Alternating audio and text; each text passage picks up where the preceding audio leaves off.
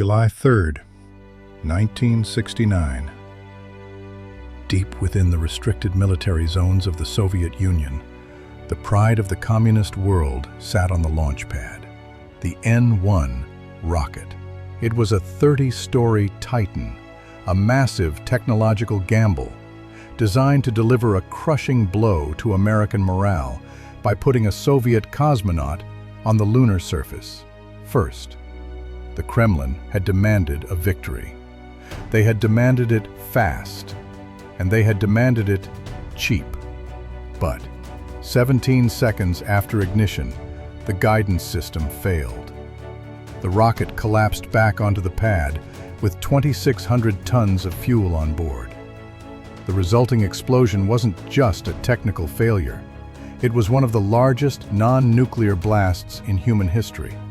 It shattered windows 25 miles away and leveled the entire launch facility.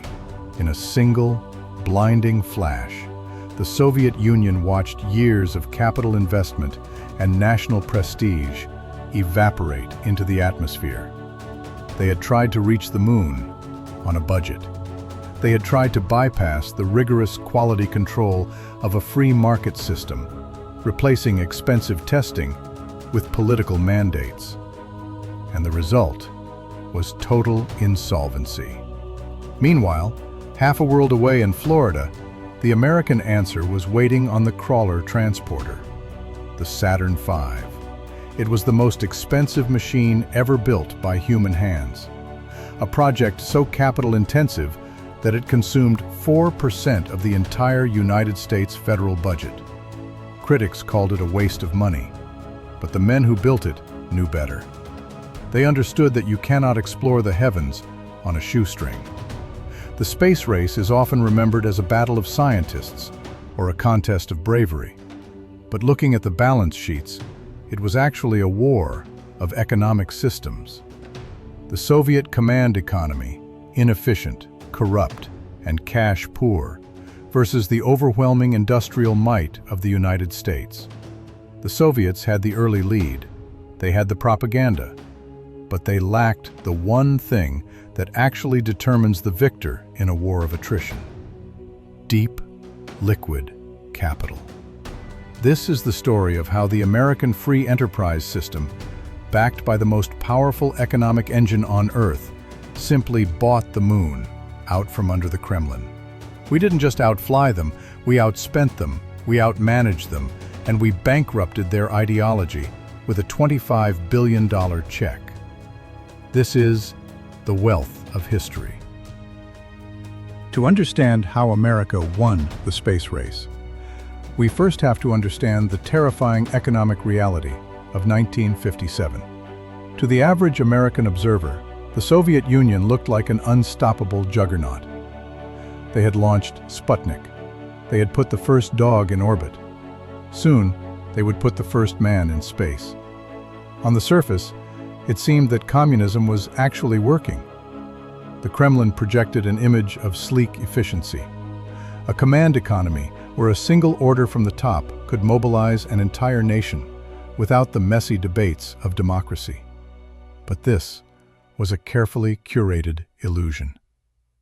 If you looked past the propaganda posters and into the actual ledgers of the Soviet state, you would have found an economy teetering on the brink of dysfunction. The Soviet Union was a superpower with a third-world infrastructure. They could build a nuclear missile, but they couldn't mass-produce a toaster. Their gross domestic product was a fraction of America's. Their agricultural sector was inefficient, relying on outdated peasant labor, while American farmers were industrializing the harvest. And most critically, the Soviet ruble was a closed currency, worthless outside their own borders. They had no access to global capital markets. They had no deep reservoirs of liquidity. Every ruble spent on a rocket was a ruble taken directly from the mouths of their citizens, or from the maintenance of their crumbling factories. Contrast this with the United States in the early 1960s. America was in the midst of the greatest economic expansion in human history. The post-war boom had created a middle class with disposable income that was the envy of the world. Corporate profits were soaring. Tax revenues were flooding into the treasury. The American dollar was the reserve currency of the planet, the bedrock of the global financial system. This was the asymmetry that the Kremlin failed to calculate. They thought they were entering a contest of engineering, a battle of rocket scientists. But they were actually walking into a trap of economic attrition. They were picking a spending fight with the richest nation on Earth. However, wealth alone does not guarantee victory. Capital must be deployed effectively. It requires strategy, management, and logistics. And in the late 1950s, the American space program was a financial disaster. It was fragmented among the Army, the Navy, and the Air Force. Each branch had its own rockets. Each had its own contractors. Each fought for a slice of the federal budget, duplicating research and wasting millions in overhead. It was an inefficient bureaucracy that mirrored the chaos of the Soviet system. President Eisenhower, a fiscal conservative who hated deficit spending, had tried to keep the budget small. But then came John F. Kennedy. Kennedy understood something that his predecessors did not. He realized that the space race was not about science. It was a proxy war for the soul of the global economy. If the Soviets took the moon, the world would believe that communism was the superior system. Third world nations would turn to Moscow for loans, for infrastructure, for leadership. The cost of losing the moon wasn't just pride. It was the potential loss of American economic hegemony. And so, Kennedy decided to do what only America could do. He decided to write a check so large that the Soviet Union would bankrupt itself trying to cash it. But to spend that kind of capital, you need more than a visionary president. You need an executioner. You need a man who understands the machinery of government procurement and the leverage of corporate power. Enter James Webb. Webb is often the forgotten hero of the Apollo program. He wasn't a scientist. He wasn't an engineer. He couldn't calculate a trajectory to save his life. James Webb was a bureaucrat, a manager, a master of the boardroom. When Kennedy asked him to run NASA, Webb didn't ask for permission to hire scientists. He asked for control of the budget. Webb understood that landing on the moon required a supply chain that didn't exist yet. He needed to build a massive industrial infrastructure from scratch, and he used the most powerful tool in the American arsenal to do it: the government contract. Webb didn't try to build the rockets inside NASA. He didn't try to nationalize the aerospace industry like the Soviets would have. Instead, he unleashed the American free market. He flooded the private sector with liquidity. North American Aviation, Douglas Aircraft, Boeing, Grumman, IBM. Webb distributed the $25 billion budget across 20,000 distinct private companies. He mobilized 400,000 workers across all 50 states. Think about the scale of that operation. It was the largest transfer of public wealth to private industry since World War II. And it worked because of the profit motive.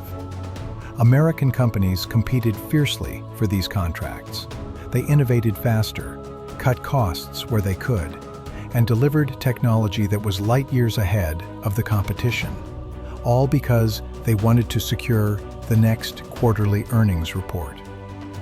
This was the genius of the American approach. NASA wasn't just a government agency. It was a holding company for the greatest industrial coalition in history. Meanwhile, in Moscow, the situation was a tragedy of mismanagement. The Soviet space program had no James Webb. It had no central budget authority. Instead, it was run like a feudal kingdom. Rival chief designers, men like Sergei Korolev and Valentin Glushko, hated each other. They refused to share data. They refused to collaborate on engine designs. They maintained separate, redundant facilities, fighting over the scraps of the Soviet military budget.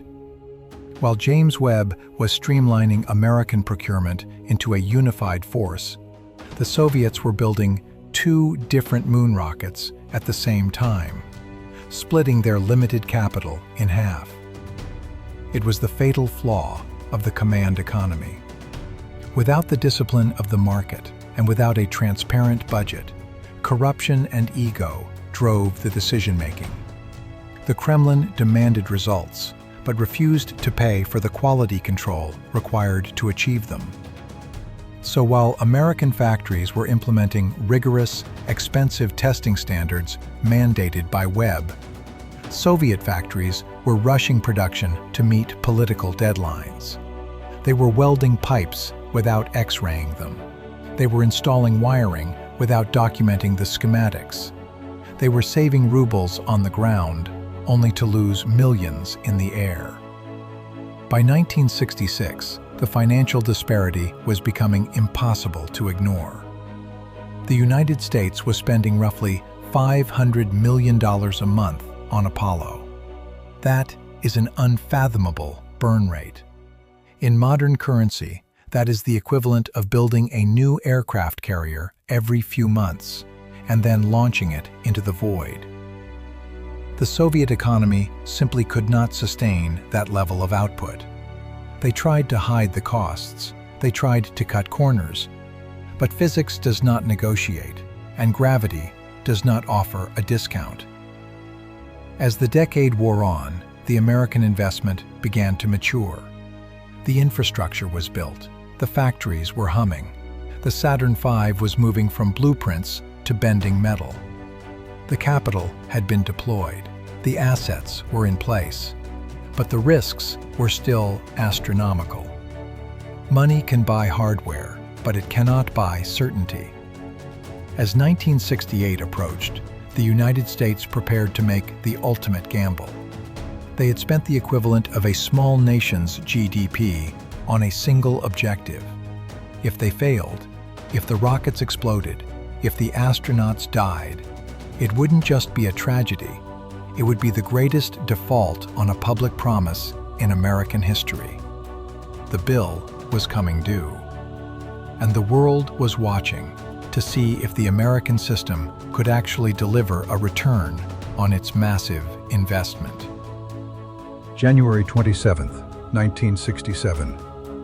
The $25 billion gamble was about to face its first and most tragic margin call.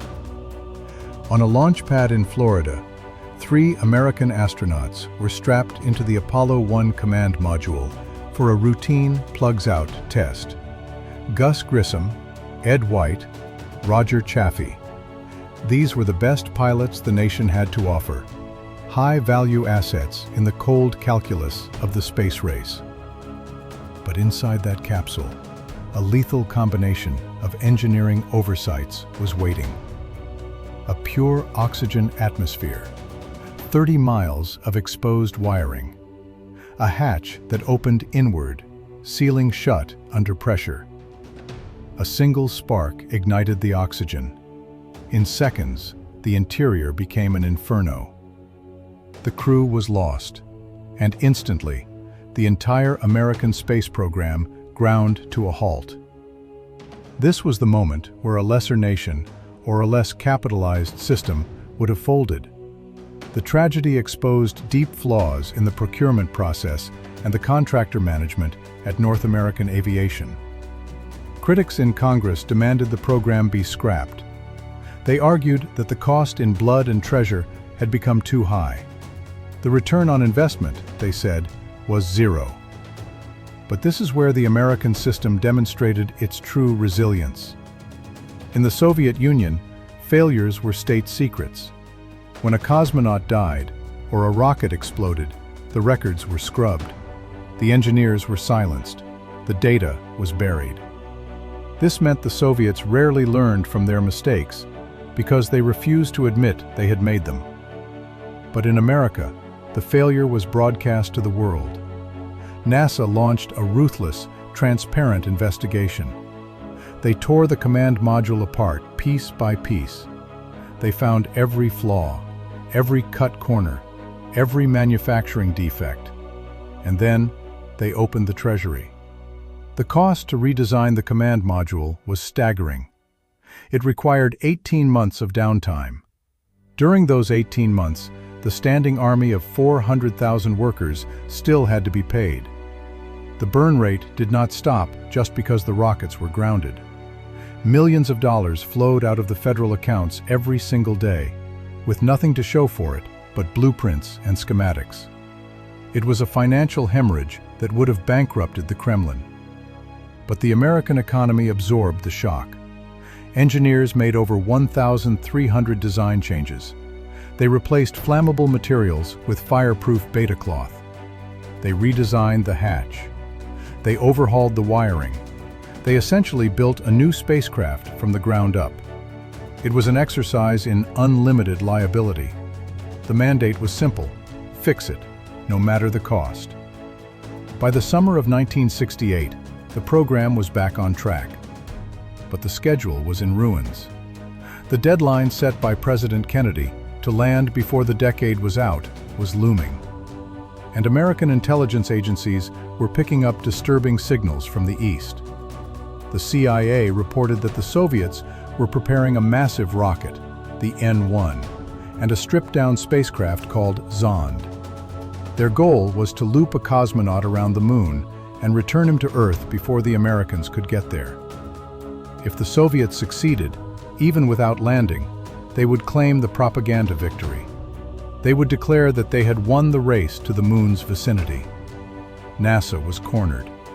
The lunar module, the spider-like lander designed to actually touch the surface, was hopelessly behind schedule. It was overweight, buggy, and nowhere near ready for flight. Without the lander, the scheduled mission profile was impossible. NASA management faced a binary choice. They could wait for the hardware to be ready and risk losing the moon to the Soviets, or they could double down. In August of 1968, George Low, the manager of the Apollo spacecraft program, proposed a radical pivot. He suggested taking the command module, which had only flown in Earth orbit once, and shooting it all the way to the moon, without the lander. It was a mission of pure prestige, a strategic claim on the territory. But the risks were unquantifiable. To send 3 men to the moon on a rocket that had never carried a crew, using an engine that had never been fired in deep space, was a gamble of the highest order. If the engine failed to ignite on the far side of the moon, the astronauts would be stranded in lunar orbit forever. There would be no rescue, no retrieval of the assets. It would be a permanent monument to American failure circling the moon. But the leadership at NASA looked at the geopolitical stakes. They looked at the massive capital investment that had already been made, and they decided to roll the dice. This was Apollo 8. December 1968. Frank Borman, Jim Lovell, and Bill Anders strapped into the Saturn V. This was the moment the American investment finally matured. The Saturn V was a machine of terrifying power, generating 7.5 million pounds of thrust. It was the physical embodiment of American industrial capacity. When it cleared the tower, it wasn't just lifting a capsule, it was lifting the hopes of the free world. 3 days later, on Christmas Eve, the crew of Apollo 8 slipped behind the moon. For 30 minutes, radio contact was lost. Mission Control waited in silence. The world waited. If the engine didn't fire, the mission was over. Then, the signal returned. Jim Lovell's voice cut through the static, telling Houston there was a Santa Claus. They had achieved orbit. That night, the astronauts broadcast live to a global audience of 1 billion people. 1 out of every 4 humans on Earth was listening. They didn't read a manifesto. They didn't praise a political party. They read from the book of Genesis. In the beginning, God created the heaven and the earth. It was a cultural victory so profound that it shattered the Soviet morale. In Moscow, the cosmonauts watched the broadcast in stunned silence. They knew, in that moment, that the war was lost. The Americans had not just beaten them technically, they had beaten them spiritually.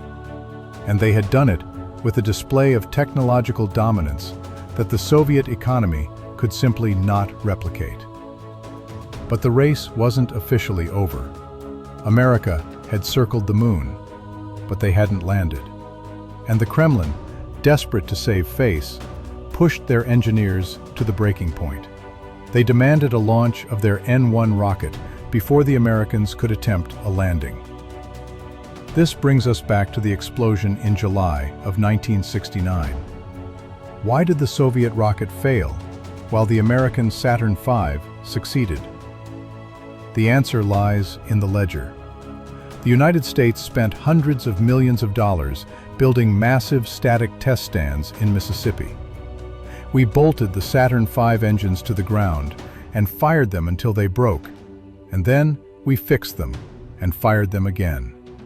It was an expensive, time-consuming process of quality assurance.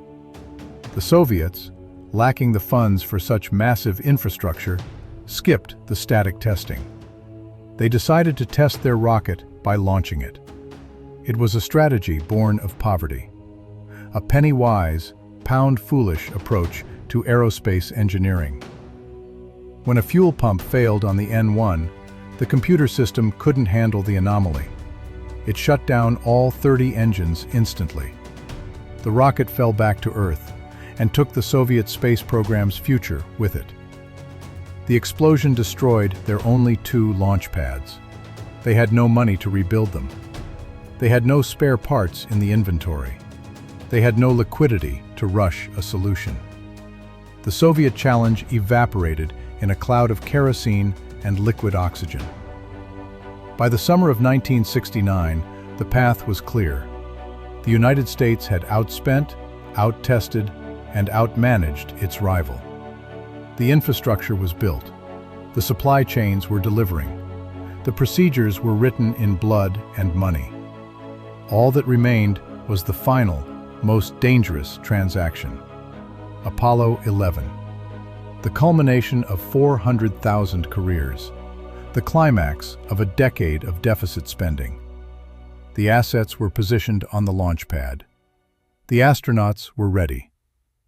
But as launch day approached, the tension in the firing room was palpable. Because even with $25 billion of preparation, there are some variables you cannot buy. You cannot buy luck. And you cannot buy the nerve required to pilot a tin can down to the surface of an alien world with only 30 seconds of fuel remaining. The check had been written.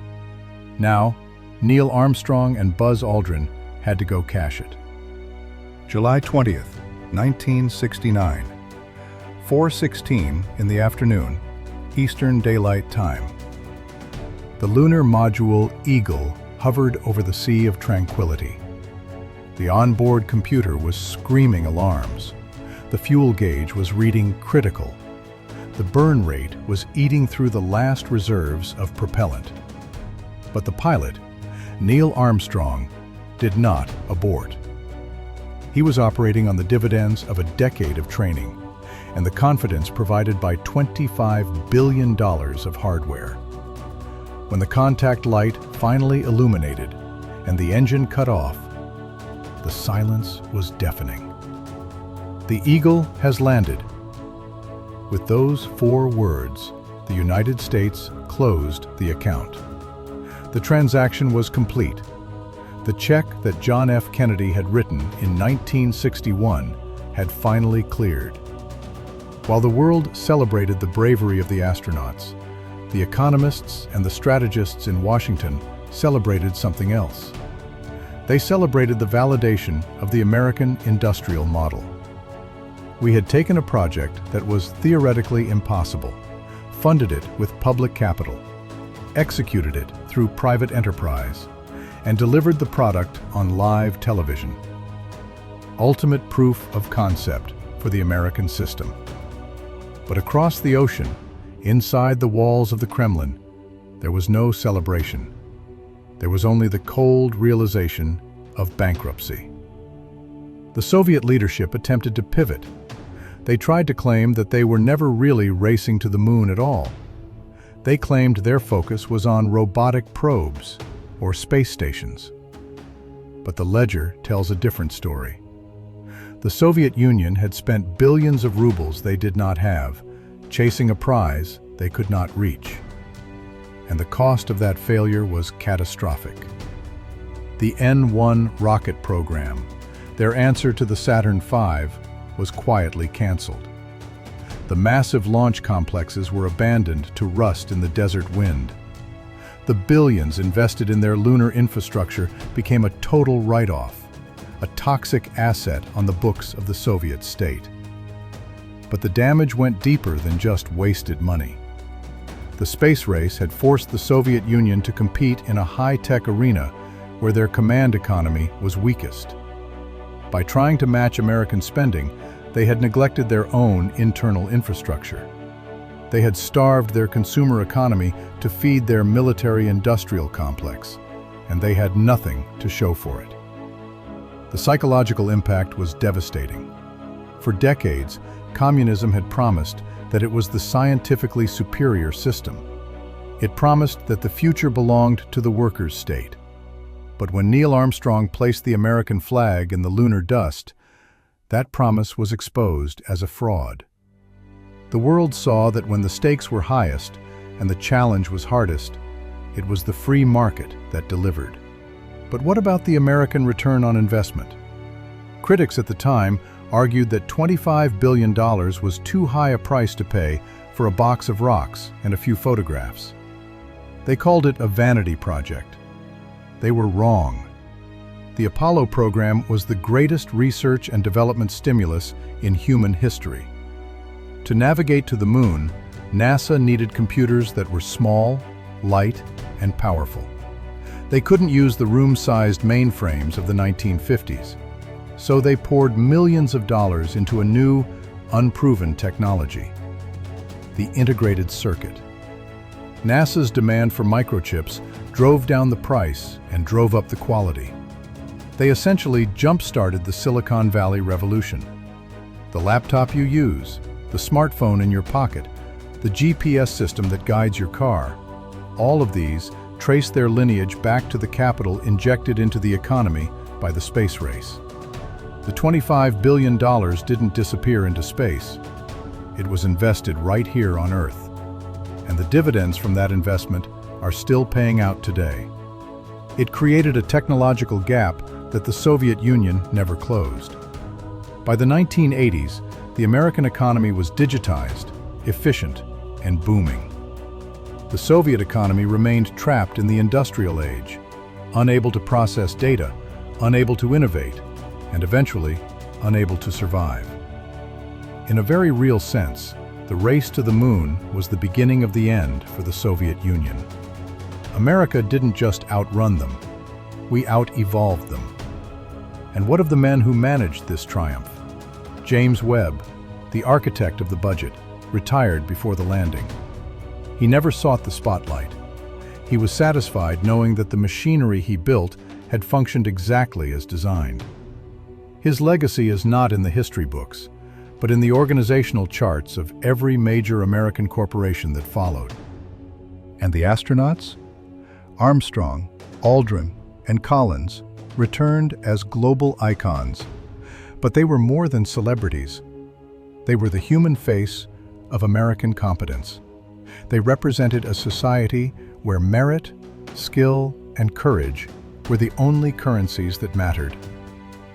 Today, the flags they planted are still there, bleached white by decades of solar radiation, but standing tall in the vacuum. They are more than just markers of exploration. They are a receipt, a permanent record of a time when the United States decided to do the impossible and had the financial and moral strength to see it through. The space race proved that there is no challenge too great for a free people united by a common purpose. It proved that the American system of free enterprise, backed by the rule of law and the power of the Treasury, is the most effective engine for human advancement ever devised. The Soviets had the ambition, they had the rockets, and they had the will, but they lacked the wealth of freedom. And in the end, that made all the difference. The moon belongs to everyone, or so the treaties say. But look up at it tonight. It was American capital that paved the road. It was American industry that built the chariot. And it was American courage that took the reins.